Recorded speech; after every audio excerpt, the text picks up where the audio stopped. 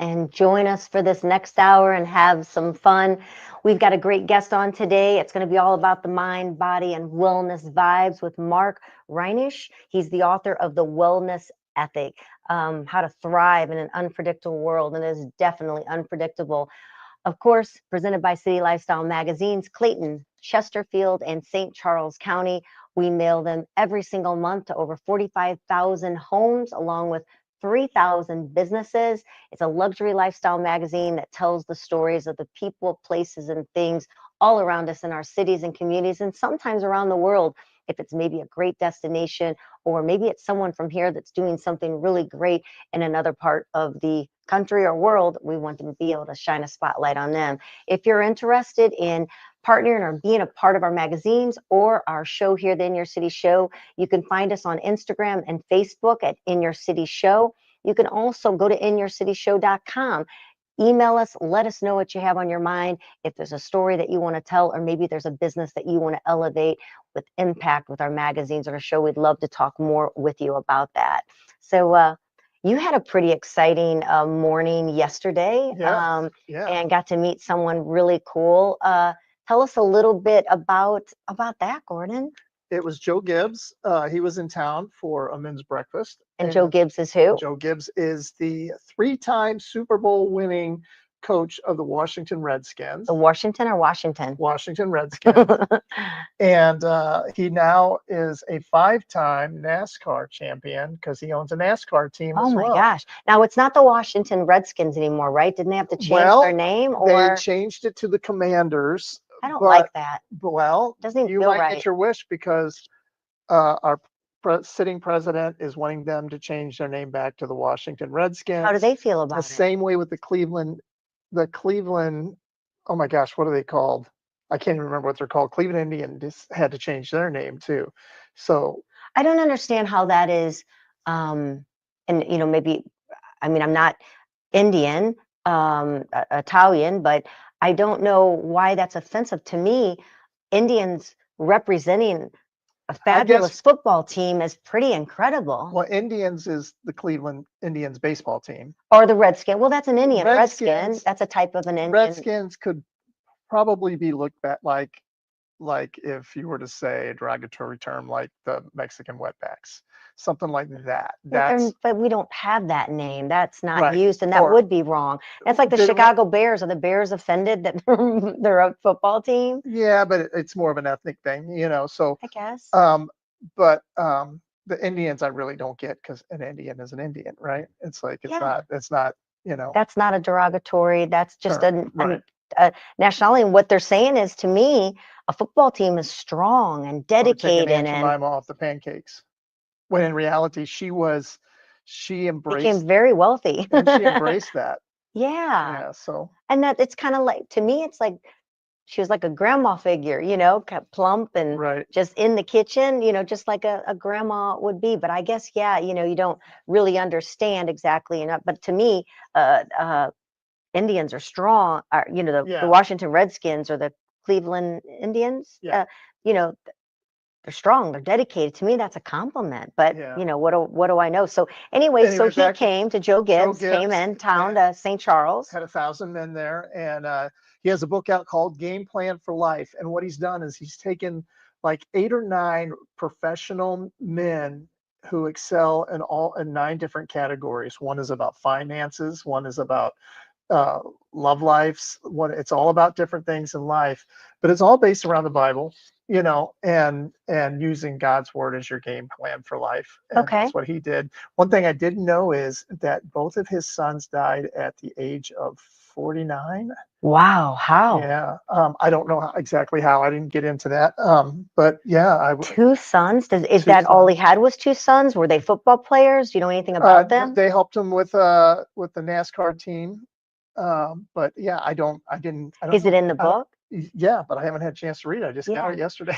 I mean, that's incredible to, losing two sons. I mean, that's you losing one child is more than you could possibly imagine of ever handling. And then two of them at a very young age as well. And he went through some financial troubles early on because what he did, typically when you get money, you want to invest in things. And he invested in some bad investments and some real estate properties in Oklahoma and didn't turn out the way he wanted to and didn't know how he was going to get out of it. And I think a lot of times when you read a book and you meet someone like Joe Gibbs, who's speaking, who's written a book, I'm not sure if he's always had God strong in his life, or if this came no, he later didn't. with all He his talks trials about and that. tribulations. And I think that does happen. Two things happen. I think sometimes when, really incredible things happen to your life that cause you as tragic, you'll find peace in finding, your spiritual or religious, I guess, knowledge to get you through it, your faith. But they tend to speak or write a book, and I guess that's how we get to learn how other people get through some pretty traumatic situations by them taking the time to share their story by speaking, writing a book. Usually that's how it happens, is because of that reason. Well, if you look at almost every man in the Bible, if he was here alive today, he would probably have a speaking event and a book that he had He written. would. Not just what the Bible says, but apparently because almost all of those guys have a testimony, Yeah. about where their life was before God and where their life was after God. And not only that, where their life was during the time that God had a plan for them, but they did not see that plan but later on in life, as they look back, they go, oh, so this is why God did what he did. But to have a faith, because sometimes you can lose that or be angry. I mean, to lose two sons, you don't question, why does that happen? You have this strong faith, and then unfortunately, no matter what your faith is, stuff is still going to happen, Right. in life. But it was cool. I was listening the other day. I'm like, and now everybody's going to notice it if they haven't noticed it already. I cannot stand that I say Um, um, It's like, um, why can't I just say nothing? Why does have to come out? It's like part of the thought process, and it allows that next sentence or something to happen. How do you break those kind of habits? Every time I'm hearing myself do it, I'm losing my train of thought because I don't want to say Do you have something you say that you hate? you know what? I don't know Hate if that I I do that. I think I probably say, You I say don't know actually. That's yeah, not I bad. don't That's know. not is annoying. To just say nothing. It doesn't even need to be in the sentence. I think I might, because of our good friend Brian, I think You sometimes I say say so now. that So, you can't just start a sentence. yeah. So that means listen to me. I'm about to say something really worthwhile. So, It is listen to me, true. I'm about to say something worthwhile. Or, so yours wasn't as important as mine. So let me tell you about mine. Exactly. But I do. So count how many times I say in the next 15 minutes and tell me about You it could turn later. it So into you could actually turn this into a drinking game. every time And every Kelly time Kelly says says, you have to drink it is your the cocktail or happy mocktail. hour Yeah. in Let's almost see how happy you are after I get done saying 1,000 times. Gosh, I can't stand it. So I Katie thought, Holmes and okay. Joshua Jackson reunite. Do you know they were both in Dawson's Creek? Is that the blonde? Well, you know who Katie Holmes Of is. course. She was Yeah, married to Tom celebrity. Cruise. Yes, Joshua Jackson. 22 years after Dawson's Creek for a new romantic film trilogy titled Happy Hours. Oh, I've been hearing, I don't know if it's because of our show, but I feel like all these events and things are being like the happy hour. And I'm like, okay, did we start a new trend? I think it is. Yeah, We did. Happy Hours. We We're always did. ahead of our game. So is it the We should get blonde some haired residuals guy? for every time somebody says Yes. Happy Hour. Was it the blonde haired guy? I used to like Dawson's Creek. I enjoyed that show. That's Uh, okay. Yeah, I just thought maybe you no, knew go who it ahead. was. I can't put a face with that actor. And the only one that is coming to my mind is the blonde who starred on the show. And we It's talked a great about show. we talked about yesterday's show with Jennifer. We talked about where she's just so excited that the Devil Wears Prada 2 is coming back. That's her favorite. That's the second one, be May 6th of next year. But there's also another one. Do you remember? Gordon says too, apparently. Do you remember the movie Freaky Friday with Jamie Lee Curtis and Lindsay Lohan? They've made more of those movies where the stars go back in time and reverse age, or which is kind of like, okay, we're done with this. Well, now they got a new one. Oh, of course they do. Freakier Friday. But Jamie Lee Curtis said she would not do a remake until something happened. What would that be? Until Lindsay Lohan was old enough to actually look like she would be her daughter at an age where she would have a daughter. So they're coming back to do that together again? Freakier Friday, yes. Wow, okay. Yeah. I'd probably watch it when it's free on Netflix when it comes back. You know, I thought this was cool, talking about stars. There we go, drink. If they did a letter, Desi Arnaz, you know, and Lucille Ball were married. Yeah. And just recently it came out, this love letter that Desi had written to Lucille. Oh, okay. Well, oh my gosh. Did he play? He didn't play in A Walk to Remember. Was that? Oh, they look great together. Yeah. Show the screen that. Show the screen who it is. So they know. Can you see that? No. They're a good looking couple. I have to bring him up. I like that. Was he the one who played in Walk to Remember? My favorite movie? I think he's played the boyfriend. The one that married I don't know. Mandy Moore? Yes, isn't that the singer's name who starred in that? Anyway, back to my story. Anyways, he, you know, they divorced, sadly, but he loved her. Apparently, their love never died. He just unfortunately couldn't quit cheating, I guess. You know, when you're on the road and doing the shows, I guess things can happen. They didn't have, you know, video back then. But actually what happened was they had one last phone call right before Desi had passed away. And then he was a big time player. Yeah, I guess he had a lot of fun. But the daughter said that actually their dad wrote one letter that said, "I love Lucy." And he talked about how Lucy made people laugh, and that she never ever, which is so true when you think about it, never lost her feminine appeal in that physical, messy comedy that she always did. You know, the cramming the chocolates in her mouth. Remember that, you know, that show? And something was always happening to Lucy in a show. She was always making something a mess. But he said she never lost her feminine appeal. And he said Lucy was the show. Vid, Fred, and myself, we were just props. We were damn good props, but we are props nevertheless. That P.S. I Love Lucy was never just a title. You've got some explaining to do. Meaning that I love Lucy. So I thought it was kind of cool that, you know, even though we know that they had a turbulent end and he was cheating, that he actually never, his love never ended for that. And then wrote her a love letter that wasn't read until after he had passed away. Oh, wow. And Robert, there we go, drink. Robert Stack read it on stage. So I thought that was kind of cool. So little love going on. Do we have our guest? Is he in queue waiting to come on and be part of the show? No. We are waiting for that. This is the perfect time for him to be on with us right now. So that's the hard part. Well, why don't we find out about what's going on at the movies real quick? Yeah, let's hear what Ian has to say at the Marcus Theaters. Hello everyone, Ian here, and welcome back to the Marcus Recap. Starting as always with the box office results, at number 1 is Superman with $57.2 million. In second, Jurassic World Rebirth with $23.4 million. In third, I Know What You Did Last Summer with $13 million. In fourth, Smurfs with $11 million. And in fifth, F1 with $9.6 million. Fathom, the 21st to the 23rd, as part of Studio Ghibli Fest, you can catch My Neighbor Totoro. And on the 27th, you can catch Ick. Also on the 27th, you can join us for Roger Waters' This Is Not a Drill, live in Prague. For Kids Dream, also on the 27th, you can catch The Wild Robot. And finally, one new release to look forward to this weekend, a big one with The Fantastic Four, First Steps. This has been Ian with this week's edition of The Recap. It's in. All right, that's what's going on at the movies right now. You know what? Why don't we check out Cat Muse has got what the bands is going to be playing for the weekend. Why don't we hear what the music's going on with Cat Muse? And then hopefully by then we'll come back and we will be able to speak to Mark about the wellness ethic.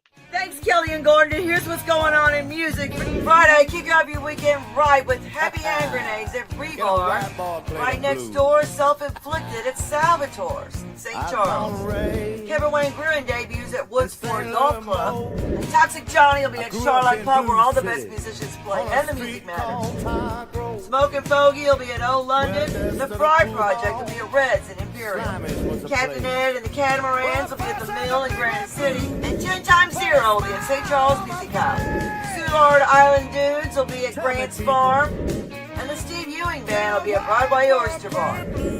Rough Riders will be at Trainwreck. And Friction Drive will be at the Boathouse on the North Shore. Griffin and the Gargoyles will be at Frankie Martin's Garden.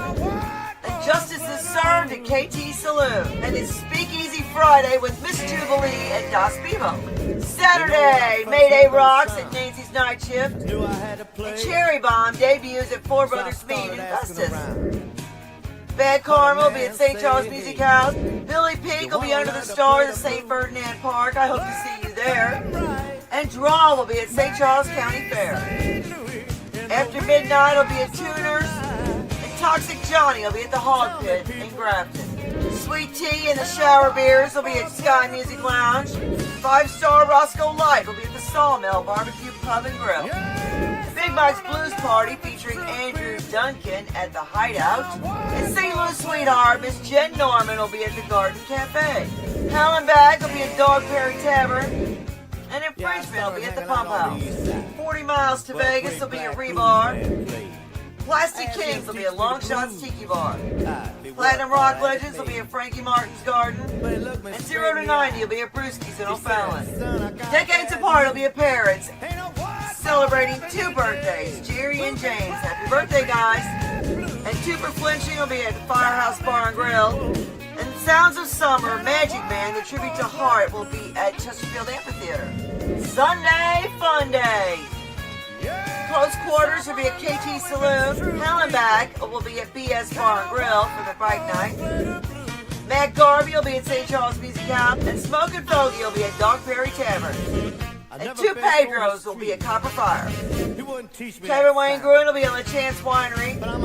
And Jumbo Shrimp Band will be at Sky Music Lounge. Live music is better. Thank you for supporting our artists and venues. Check out STO Roar Monday nights from 7 to 9 and have a safe week, St. Louis. Listen to a white boy, play the song for Big Red Blue. Cat, we always love knowing what's going on the weekend, and always amazed at all the bands that are out there, and excited to see Billy Peak is playing. He is getting up there. He was a good friend of my mom and Did dad's. he like play in your living room? He did. He brought his guitar over and was playing right there in the living room. And then I was glad that my mom actually got to see him play again before she passed, and she enjoyed seeing him. So anyway, we are excited to meet an author, Mark Reinisch. He is a life coach and humorist. There's 2 things to put together, isn't it? And he has the book, The Wellness Ethic. And at the top, you can see the work ethic has been crossed out. Welcome to the show, Mark. We're glad to have you. And did I say your last name correctly? You did. And sometimes I even mispronounce it. So we're good. It's always hard when you're saying names and you're hoping that you don't mess them up. And I usually do. So I just own it and ask and make sure that, we did good. But I love empower your wellness ethic and thrive. Those are your words. And so let's just, let's get in and talk about this book and the foundation of the wellness ethic. You have a story about how you changed it from the work ethic to the wellness ethic. And I like that. So give us a little bit how you define wellness, and you're guided by this book to help us, not the work ethic, but the wellness ethic. Yeah, absolutely. So there's nothing wrong with a work ethic. I have a work ethic. I work very hard. But it has to translate to happiness and health.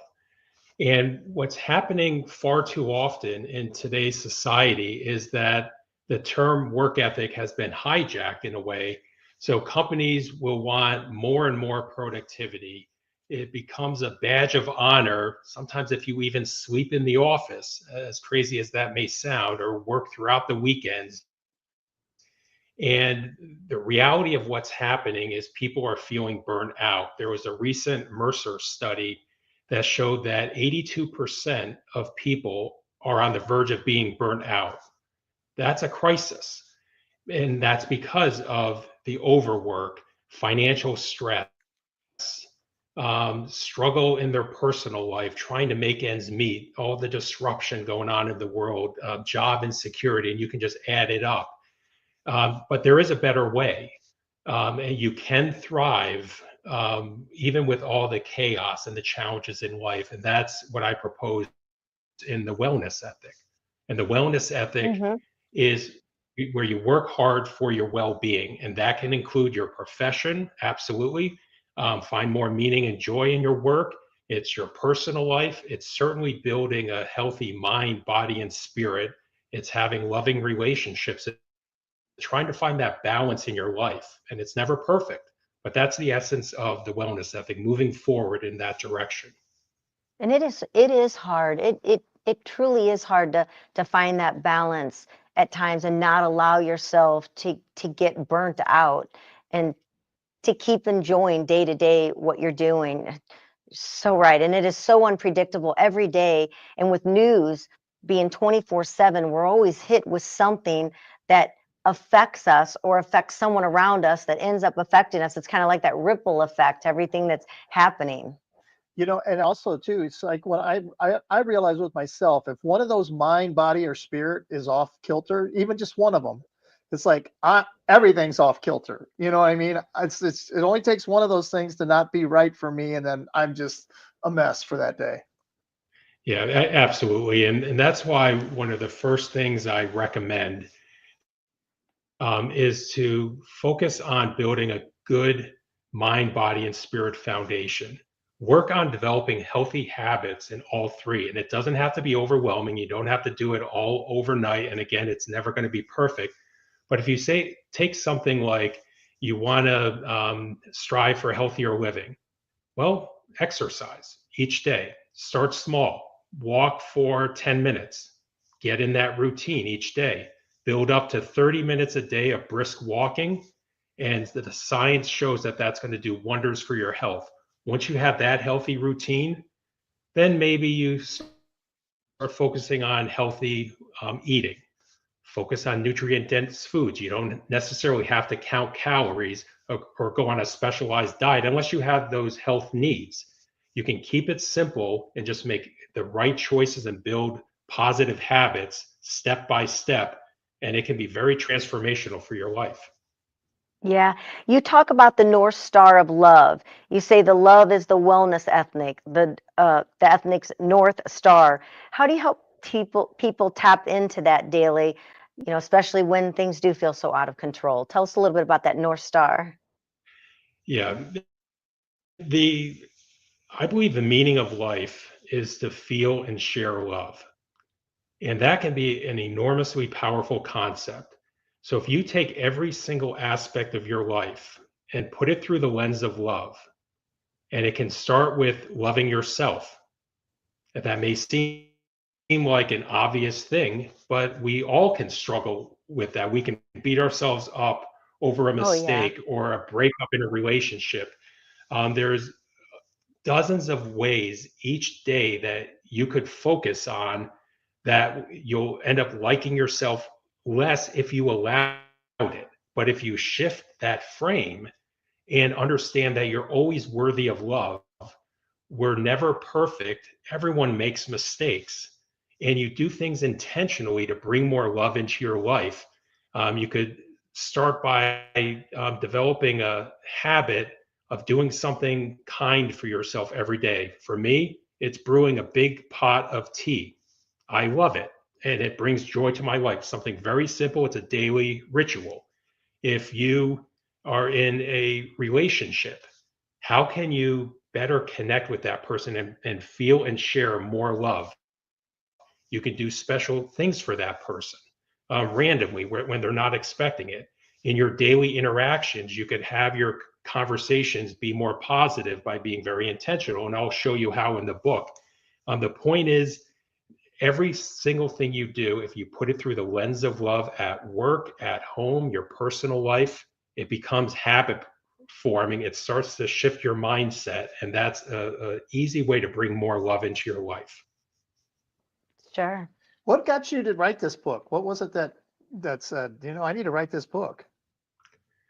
Yeah, for my entire adult life, and I won't age myself by telling you how many years I've been an adult. That's okay. I've got you beat, so go ahead. All right. So I had a lot to be thankful for. I always had a wonderful family, a wife, 2 children that I adore. Always had a good job, was able to make ends meet.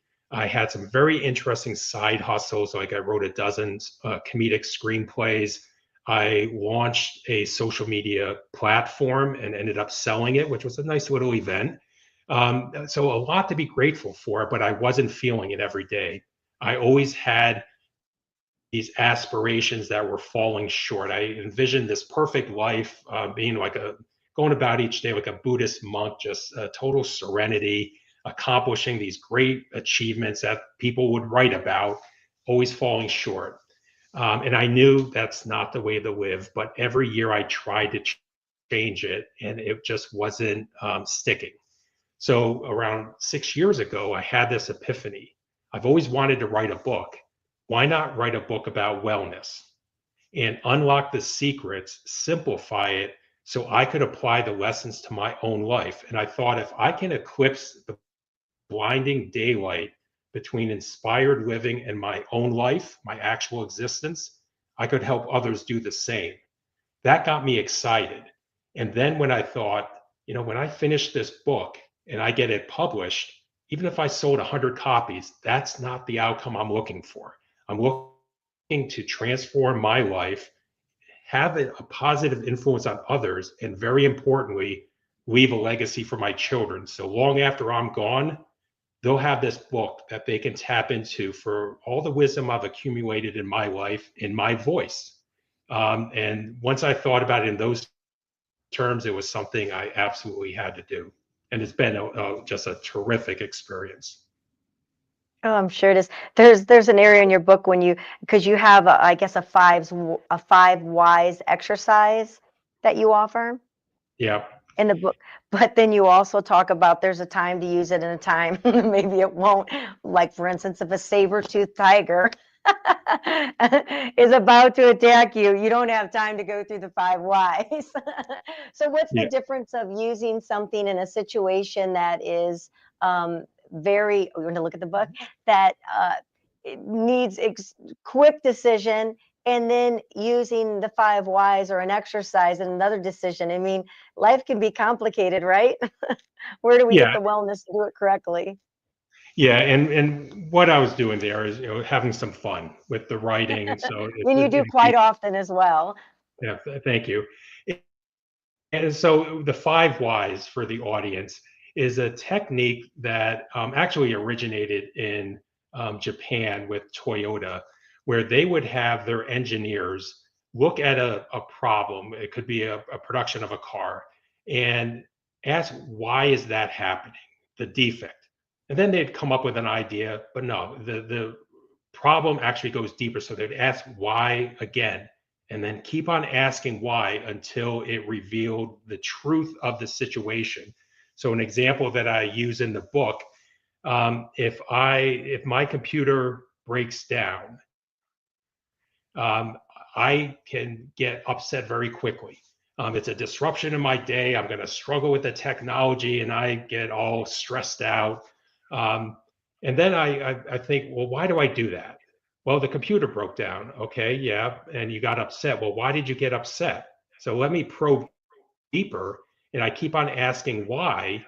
And it comes down to the root cause that I haven't made spirituality a habit in my life. So if I meditate more, bring calm and peace, that's going to carry throughout the day. So when I get into a difficult situation, well, I'm going to be able to respond much more calmer and keep perspective. And that's what Gordon was talking about, where mind, body, spirit is all interconnected. If you're thriving in those areas and building those healthy habits, it's going to have a ripple effect on practically all aspects of your life. So that would be an example of the 5 whys. Yeah, absolutely. Did, I didn't want to No, I have so many questions, and I know you do too. So we talk about the 80-20 rule in a lot of things, in life. But your 80-20 rule in wellness, can you give me some practical example of how that works in real life? Sure. The 80-20 rule is also known as the Pareto principle. And what that means is 80% of the impact of the benefits of something can be derived just from 20% of the actions. So if you focus on the vital few opportunities that are going to be most impactful to your life, you're going to get the most good. So as a quick example, if you want to exercise and get the benefits of what exercise can do for you, you could go buy a gym membership and spend 2.5 hours every day in the gym.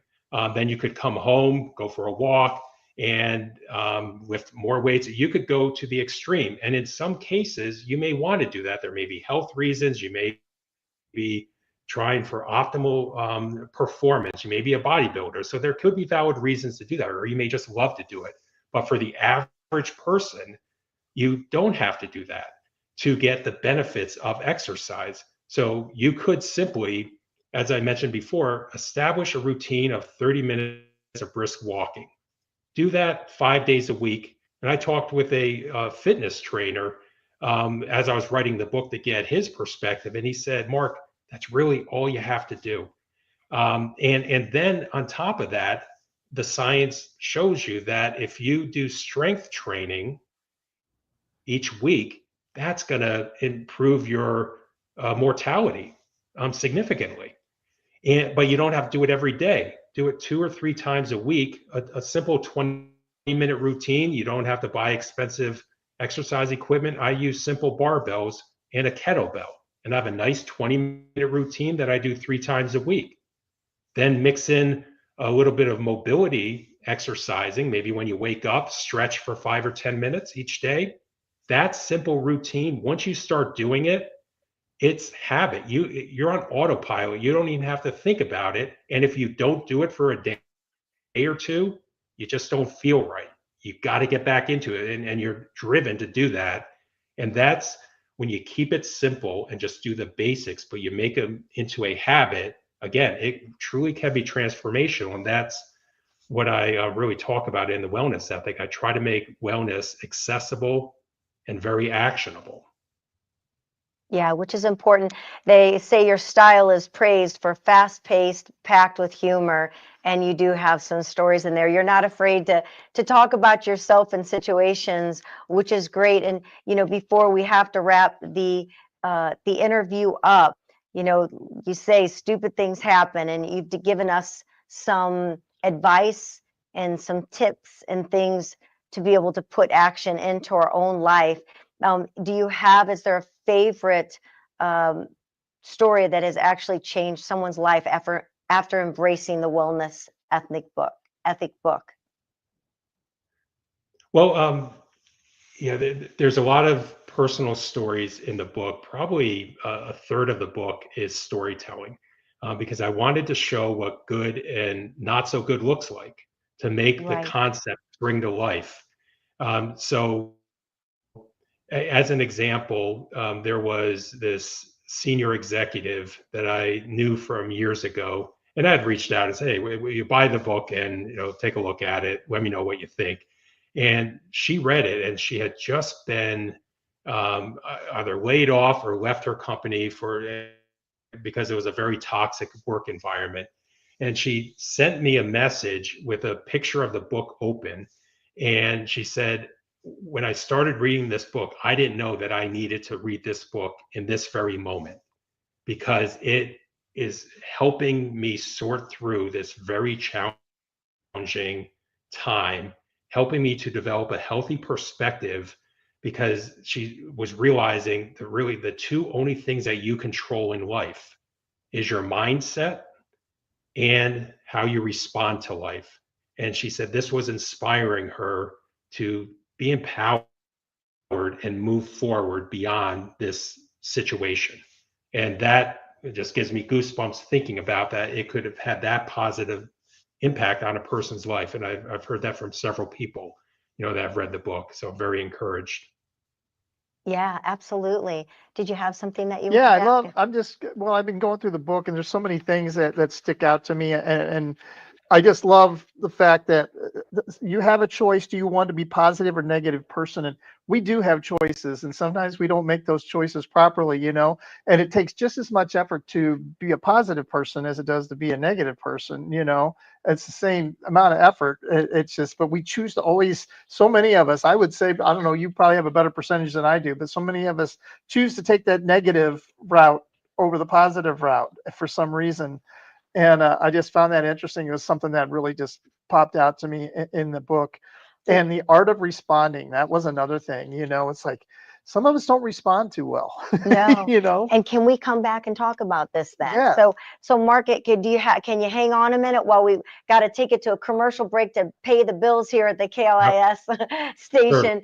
Sure. Can you hang on a minute? We'll do a commercial and then we'll be right back and talk a little bit more about the wellness ethic. Sounds good. All right, we're going to take it to a break here on In Your City Show. We're going to be back. We're going to talk some more. Got a couple questions that we'd love to get answered. So we'll be right back on the Lou Information Station right here at KLIS 590 and the LouInfo.com.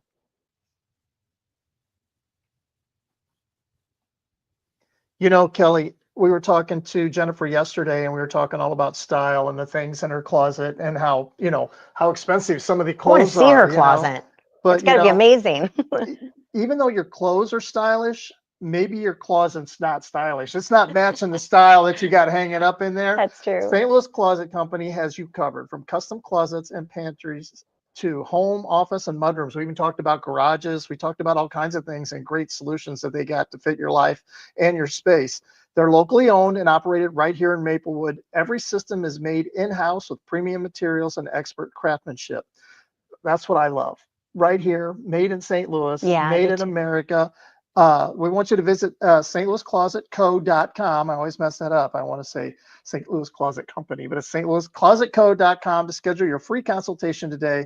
That's stlouisclosetco.com. Organization starts with St. Louis Closet. Yeah, she always says go from chaos to calm. And it truly does that when you get that chaotic feeling inside your closet. So now we're going to go from chaos to calm, and we're going to go from wellness with the mind, body, and spirit. We were talking about, before we left the commercial, we were talking about how people respond. Yeah, we're talking to Mark Reinisch. He is the author of The Wellness Ethic, and some great advice. It's not the work ethic, it's the wellness ethic, and it's how to thrive in an unpredictable world where stupid things can happen, and stupid things happen all the time. So thank you for staying on with us and coming back, because we could all use all the help we can get to try to be balanced and live in more of a healthy wellness environment rather than the constant chaos and clutter that we allow to happen to us. And I know Gordon had just talked about,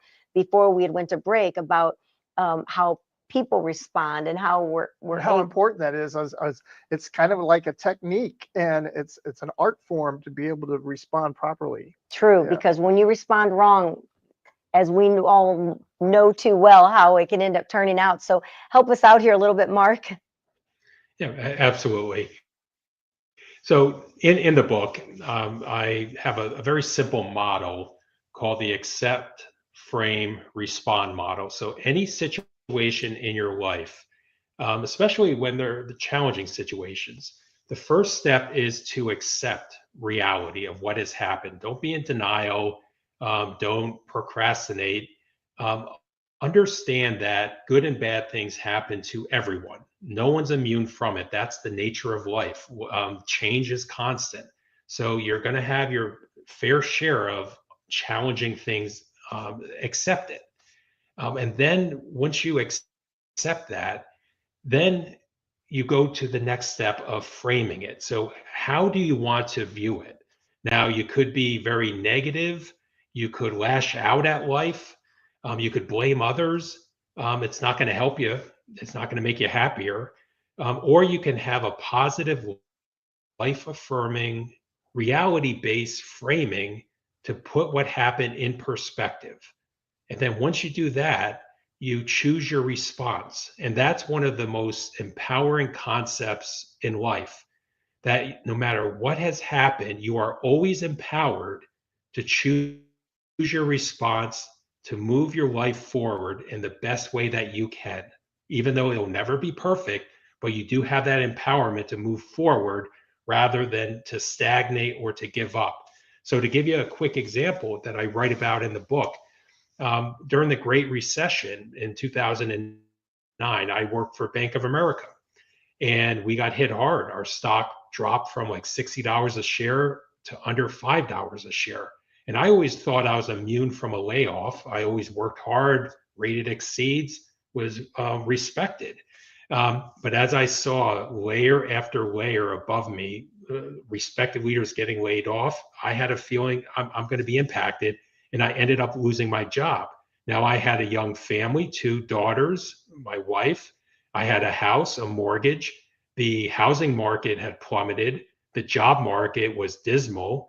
And in my specialty, which was in business transformation and process improvement, we were viewed by many corporations as a luxury. When you had to tighten the belt, we were usually one of the first ones that they would let go. So prospects were dismal. But the way I looked at it was I accepted the reality that whether I like it or not, something stupid has happened.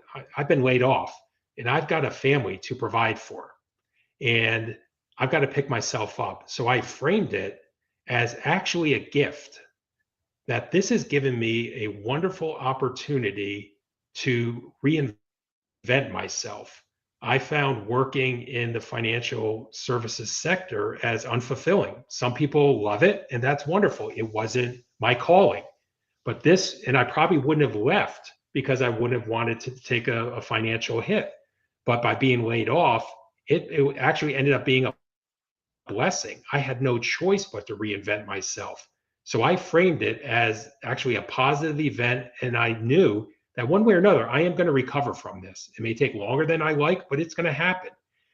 So then, because I had that healthy framing and that positive energy, I put all my focus into choosing my response. And my response was to put my house on the market proactively, try to sell it, and look for a job in a field that was more aligned with my life purpose. And within 3 months, I found a job, a nice paying job, and we sold our house.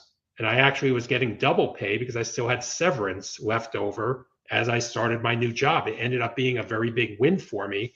And I attribute that to having a positive mindset throughout the process. I chose my response. That's where, and that's not always easy to do, to choose your response, especially when you're in the heart of failure or something happening. I was one of those that fell victim to 2008, lost everything, my business, saw things being wheeled up the driveway to pay last employees. And, at the time you're going through this. And sometimes I always say everything happens for a reason, right?